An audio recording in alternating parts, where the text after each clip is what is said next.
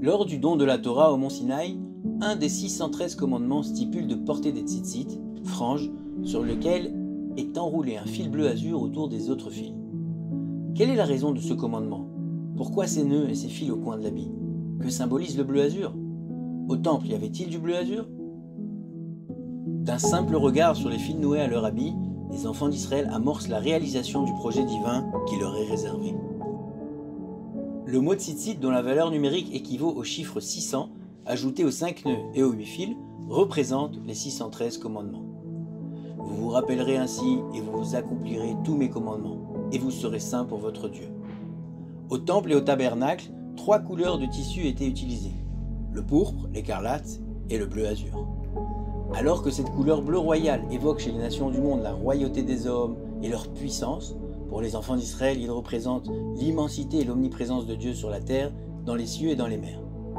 Le Midrash Sifri rapporte que Rabbi Meir s'est prononcé en disant « Quiconque porte le fil bleu peut percevoir la présence divine, car le bleu ressemble à la mer reflète la couleur du ciel bleu, et le ciel n'est que le reflet du trône céleste. » D'ailleurs, le Kohen Gadol, le grand prêtre, portait un manteau bleu azur tout teinté et tissé de fil bleu, qui lui faisait prendre conscience qu'il était le représentant de Dieu sur terre, un fidèle mandateur du roi des rois.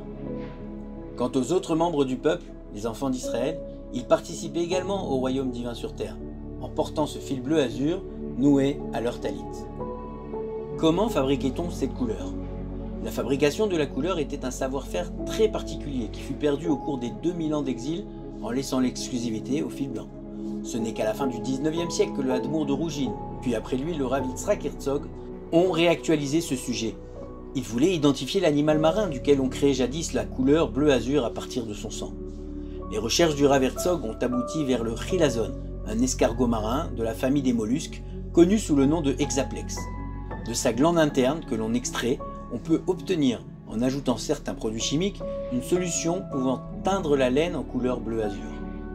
La matière utilisée pour les fils est la laine de mouton, qui après avoir été tondue, nettoyée, blanchie et tissée, se transformait en fil fin, prêt à être teint de la couleur bleu-azur indélébile. Cette technique a été rendue apte et artisanale grâce à des précurseurs animés du même souhait de retrouver le passé glorieux perdu des enfants d'Israël. L'usine de fabrication des temps modernes se situe à Kfar Adoumim, aux abords de la mer Morte, et bénéficie de l'aval des plus hautes instances rabbiniques. Cette technique de coloration ne fait pas encore l'unanimité au sein du peuple juif. Certains préfèrent réserver ces changements à la rédemption finale. De génération en génération, nous portons ce châle de prière et cet habit juif particulier sur lequel sont noués des fils aux 4 coins. Le talit est présent dans toutes les étapes de la vie, depuis la naissance, lors de la circoncision, à la bar mitzvah à 13 ans, puis lors du mariage, et enfin, c'est ce même habit qui recouvrira l'homme lorsqu'il retournera à la terre à la fin de sa vie. Nous espérons pouvoir ramener cette couleur dans nos habits quotidiens et la faire briller au grand jour à la face de l'humanité, au temple de Jérusalem.